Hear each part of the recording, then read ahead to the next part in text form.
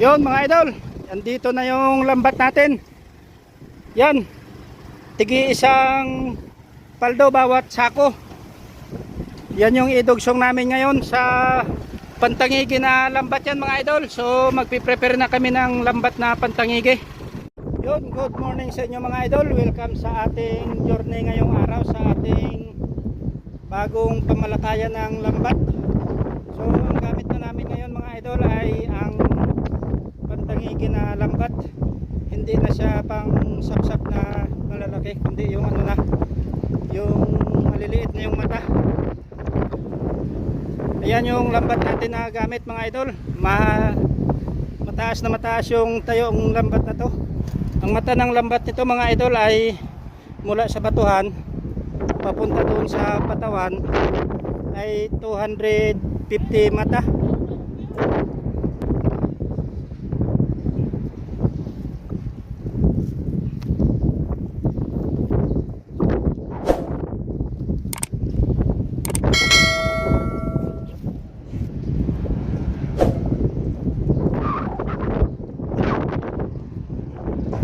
Prepare na tayo ng lambat pantangigi mga idol dahil ano na, dahil dumating na yung matagal nating inaantay. Ito na yung season ng season ng pantangigi. Dahil winter na, medyo malamig na, kaya lumabas na yung mga tangigi. Kaya ito naman yung oras para maghanda tayo ng lambat na pantangigi ang ating target.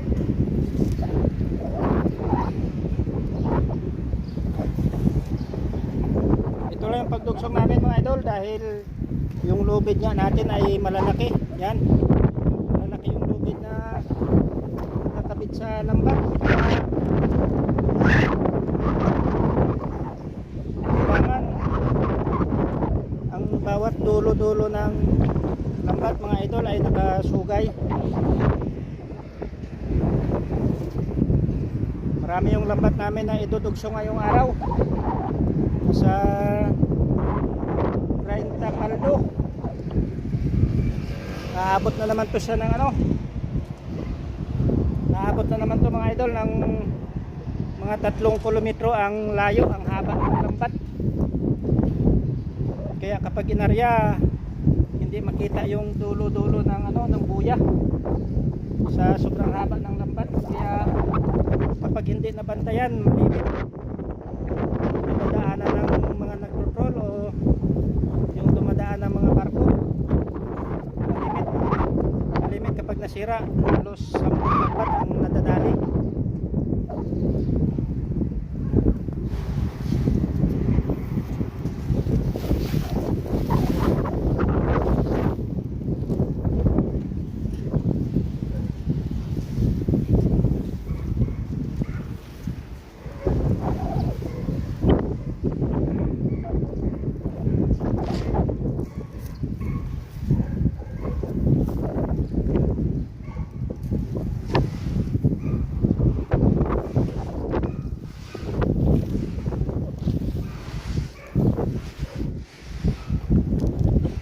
Busy na yung mga fisherman dito sa Taiwan mga idol kapag dumating yung season ng hindi o kaya season ng banak.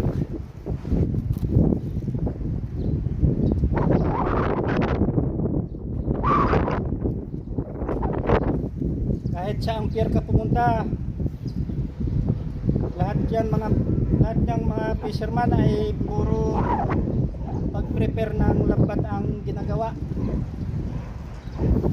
Pag-prepare ng pantangigi, pang banak, yung banak na isaw mga idol na yung malalaki. Ang bihod niya halos maabot ng 3,000 ang halaga, 3,000 inti. So pag sa Pilipinas maabot na siya ng mga 4,000 o 5,000 pesos ang bihod pa lang ng isang piraso ng isda.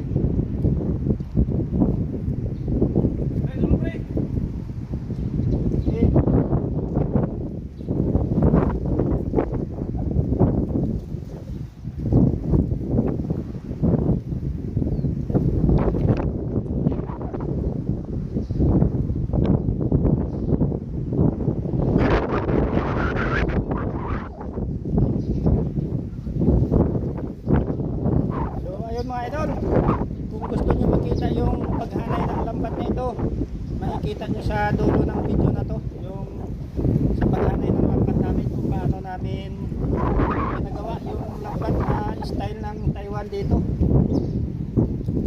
Mas lamang yung bato para sa pataw,iksi yung pataw, yung bato medyo mahaba.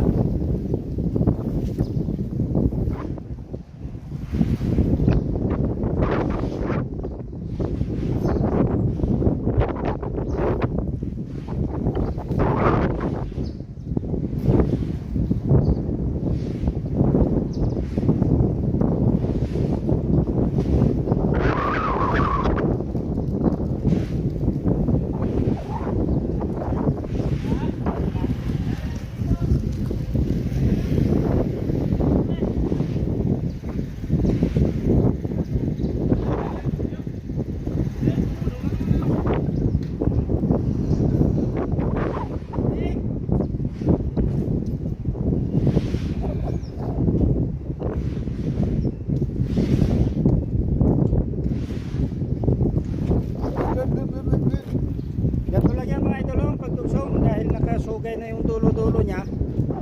Isuot lang namin yung dulo ganyan, oh. Yan. Tapos talian. So ang tendency nito mga idol ay ang pinaikot mong tali sa dito sa loob ay maiipit niya. Shout out nga pala dyan sa kay Andy Puntales. Andy Puntales, shout out sa iyo dyan. Ito na yung trabaho ngayon ng mga fisherman.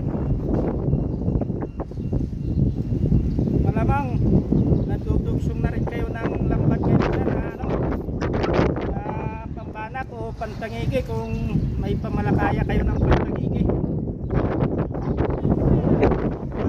Panahon ng winter, so next month mga idol ay asahan nyo na dyan sa dito sa mga kapwa kong OFW na bago pa lang dumating. Next month yan mga idol, asahan nyo na magdoble na kayo ng medyas, tsaka magdoble na rin kayo ng pajama, lalo sa mga fisherman dyan na kapwa ko dito sa Taiwan. Ihanda nyo na yung ano nyo, yung pajama nyo na doble.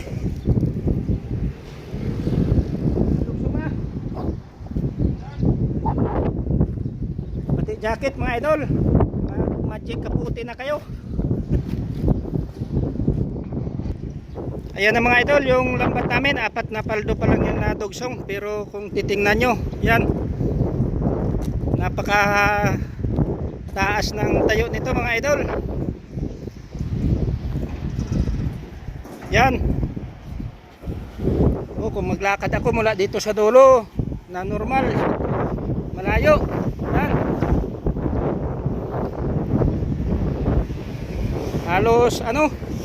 Halos 20 na lakang.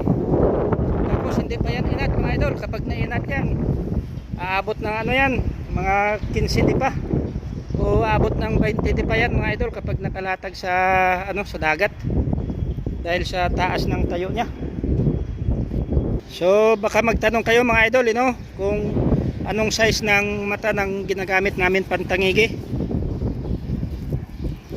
So i-demo ko muna sa inyo ng kunti mga idol, para kahit papaano ay sana naman ay may makuha kayong idea sa aming lambat. Yan, ang lambat niya mga idol ay halos numero 8 yung nylon.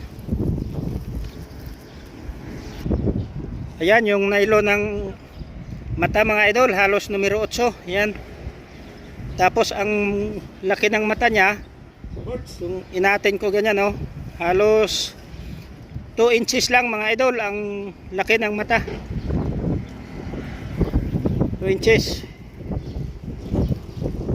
Hindi masyado makita. Halos, yan mga idol, halos 2 inches and a half lang ang laki ng mata niya.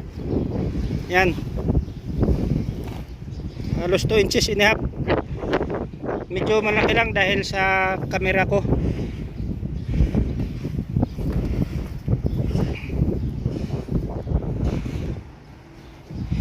2 inches and a half ang laki ng mata. Tapos punta tayo sa patuhan mga idol para makita nyo kung anong klaseng pamato ang ginagamit namin. Sa mga bago pa lang sa channel ko, yan. Ito yung gamit naming pamato. Numero 7 ang size niya ng mata. Ay numero 7 ang size ng pamato. Magtaka kayo mga idol kung bakit parang lubid naman yan idol. Ba't ganyan? Parang lubid naman yung pamato nyo. Hindi po yan lubid mga idol. May nakabaon po yung ano dito. May nakabaon yung tingga dito sa loob. Yan, may nakabaon tingga dito. Ayan yung laman niyang tingga sa loob. Hinunos ko lang para makita nyo talaga. Ayan mga idol, ang tingga. Yan, nakalagay sa loob kaya napakagandang i-area. Dahil hayaan lang natin yan siya na mahulog sa lambat kapag tumatakbo yung lansa natin. Yan. May numero 8 din dito mga idol. Yan, ito numero 8 na pamato. Yung luma. Numero 7 lang yan. Ito numero 8. Mas mabigat siya ng kunti. So ayun mga idol, baka magtanong din ulit kayo kung bakit ganyan ang gamit namin o kung may pamato ba na ganon sa Pilipinas. So yan ang hindi ko alam mga idol, kung may pamato sa Pilipinas na ganyan sa Divisoria. Kung mayroon, so siyempre asahan nyo na yan mga idol na ano, na medyo mahal yan. May kantidad kapag mayroon dyan sa Pilipinas dahil nakabalot na siya sa ano, nakabalot siya sa parang braided na nylon. So napakaganda yan gamitin mga idol. Maraming size yan. May numero 3, 4, 5 size 7. May numero 8. Baka may 9 pages pa. Mas malaki.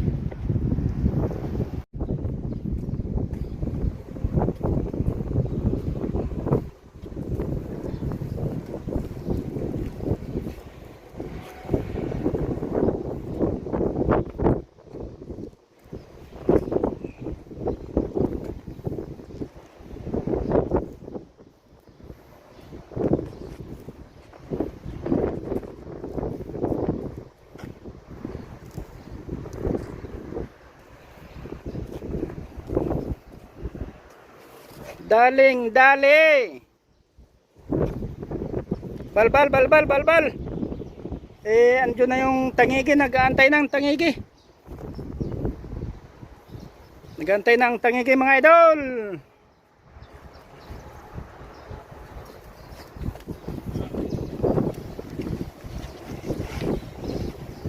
Balbal. Grabe, sobrang haba talaga ng lambat dito mga idol oh. Napakataas ng tayo. Biruin mo yan, galing dun sa pader hanggang dito sa patawan. Hindi pa nakalaglag sa dagat yan mga idol. Kapag nakalaglag sa dagat yan, iinat pa yan pa galing sa baba, pa ilalim para punta sa butuhan.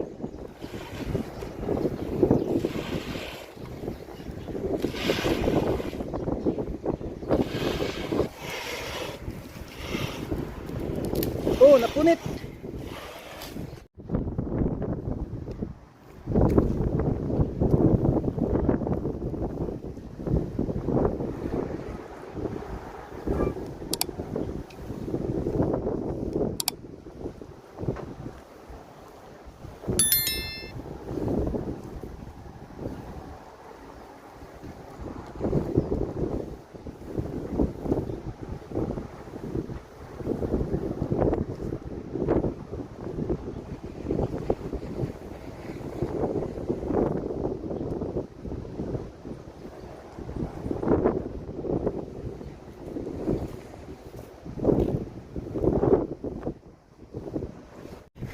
Yes mga idol, andyan na, ready na yung ating kaway-kaway para sa tagumpay.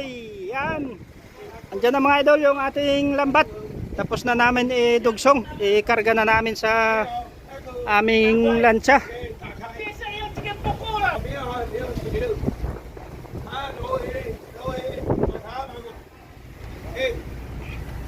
Haula na. Haula. Ha? Oh, nag-sose, pantiyak, sinapo. Ariyay, Ay, pre. Oh, galaw. Kay nag-aantay na yung tangingi doon sa laot. Ready na yung ating lambat. 3 araw mga idol ay ano na yan, area na yan. Dahil ngayon mahangin pa, pero sa sunod na araw Tapos, pre, laot na yan. Baba mo dahil, pre, ano? Ang sa likod ba? Naali na yan, pre. Yan, sticker dyan pa, ano, yan. So ayun mga idol, hanggang dito na lang yung video na to. Maraming salamat. At siyempre sa mga Ano, pre? bago pa lang sa channel ko ay welcome kayo mga idol. At Yung ano ba sa likod? siyempre don't forget to like, share and comment sa ating mumunting channel. Pakipindot na rin ang subscribe button dyan mga idol. Tsaka pakipindot na rin ang ating notification bell para lagi kayong updated sa every time na may bago akong upload na video. So saludo sa inyo mga idol. Bye bye.